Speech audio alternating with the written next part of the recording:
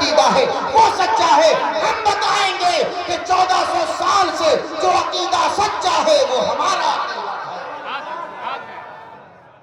اللہ اکبر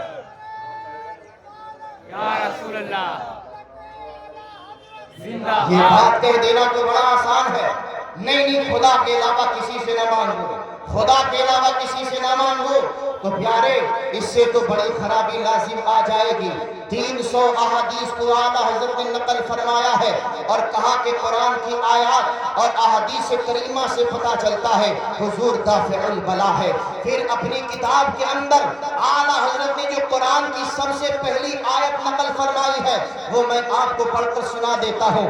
آپ نے کہاں سے استدلال کیا؟ اعلیٰ حضرت فرماتے ہیں وَمَا كَانَ اللَّهُ لِيُعَذِّبَهُمْ وَأَنْتَ فِيهِمْ. اے محبوب میرا عذاب اس وقت تک نہیں آئے گا جب تک آپ ان کے درمیان جلوہ فرما ہے. اب ذرا اس آیت کا شان نزول اٹھا کر کہو. ایک آیت پر اگر آپ کو تبصرہ کرنا ہے, اگر اسے سمجھنا ہے تو اس آیت کا شان نزول بھی پڑھنا ہوگا, کس کے بارے میں نازل ہوئی اسے بھی جاننا ہوگا. مگر یہ نجد کی بدماش اولادیں, ان کا یہ دھوکہ دینے کا کام ہے. آیت نازل ہوتی ہے بت پرستوں کے بارے میں, یہ کمینے سنیوں پر وہ آیت چسپا کر دیتے ہیں. آیت نازل ہوتی ہے کفار و مشرکین کے بارے میں, یہ وہاں بھی وہ آیت سنی مسلمانوں پر پھٹ کر دیتا ہے. یہ سیدھا سادہ مسلمان دھوکے میں آ جاتا ہے.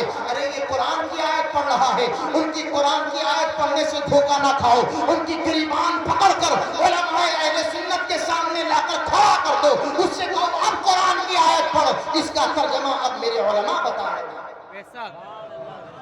ہم بتائیں گے کہ اس کا کیا ترجمہ ہے, شان نزول کیا ہے, اس کا مفہوم کیا ہے, اس کی تفسیر کیا ہے, اس کے بارے میں کیا کیا علماء نے فرمایا ہے, مفسرین نے کیا فرمایا ہے, صحابہ نے کیا فرمایا ہے, اس سے کیا عقیدہ نکلتا ہے, کیا جائز ہے کیا ناجائز, یہ ہم بتائیں گے. اور تم آج لوگوں کو دھوکہ دیتے ہو. بت پرستوں کی جو آیت ہے وہ مسلمانوں کی قبروں پر فٹ کر دیتے ہو. جو اللہ تبارک و تعالیٰ نے آیت بت پرستی کرنے والوں پر نازل کی ہے ان کے خلاف قرآن نے بیان فرمایا ہے. یہ آج کا وہابی سنی مسلمانوں کو جب فاتحہ پڑھتے ہوئے قبروں پر دیکھتا ہے وہ مزارات اولیاء پر وہ آیت فٹ کر دیتا ہے. تمہیں معلوم نہیں ہوتا, وہ ہمارے سامنے آئے تو ہم بتائیں گے کہ یہ آیت کس موقع پر نازل ہوئی ہے, اس آیت کا شان نزول کیا ہے, اس کا مطلب کیا ہے, یہ کن لوگوں کے بارے میں نازل کی گئی ہے. پیارے کبھی بھی کوئی تمہارے سامنے قرآن پڑھے دھوکہ نہ کھانا, کوئی حدیث کے الفاظ دہرائے دھوکہ نہ کھانا, اس کی گریبان پکڑ کر اپنے علماء کے سامنے لے کر آنا, اس سے کہنا میں تو جاہل ہوں, میں قرآن کا ترجمہ نہیں جانتا, حدیث کا مفہوم نہیں جانتا, مگر میرے علماء جانتے ہیں. ان کے سامنے ذرا وہ آیت پڑھ کر سنا, ان کے سامنے ذرا وہ حدیث پڑھ کر سنا, اس کے ہاؤ بھاؤ بدل جائیں گے, انداز بدل جائے گا, کیفیت بدل جائے گی.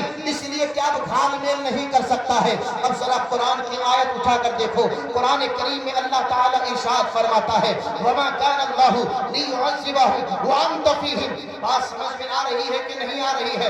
ذرا اپنے لوگوں کا منہ ذرا ہلا دیجئے, اپنا سر ہلا دیجئے, پتہ چل جائے کہ آپ کو بات سمجھ میں آ رہی ہے. میں آپ کے بنارسی کا رہنے والا ہوں, مدن پورہ میں میں رہتا ہوں. اگر کسی کو کوئی سوال ہے تو میرے در پر آ کر مجھ سے پوچھ بھی سکتا ہے, کوئی مسئلہ ہے تو مجھ سے حل بھی کرا سکتا ہے. الحمدللہ آپ کے سوالوں کا جواب دے دیا جائے گا. اے سنی مسلمانوں, قرآن کریم میں اللہ نے کیا ارشاد فرمایا وَمَا كَانَ اللَّهُ لِيُعَذِّبَهُمْ وَأَنْتَ فِيهِمْ. اب اس کا ذرا شان نزول تو دیکھو. اس کے شان نزول کے بارے میں علماء نے لکھا کہ میرے آقا علیہ الصلوۃ والسلام نے جب کفار مکہ اور قریش کو اللہ کے عذاب سے ڈرایا کہ اے لوگوں ایمان لے کر چلے آؤ ورنہ اللہ کا عذاب بڑا سخت ہے, بت پرستی نہ کرو, اللہ کا عذاب بڑا سخت ہے, اللہ تبارک و تعالیٰ کی عبادت کرو, اس کے سوا کوئی بھی معبود نہیں ہے, اس کے علاوہ کوئی عبادت کے لائق نہیں ہے.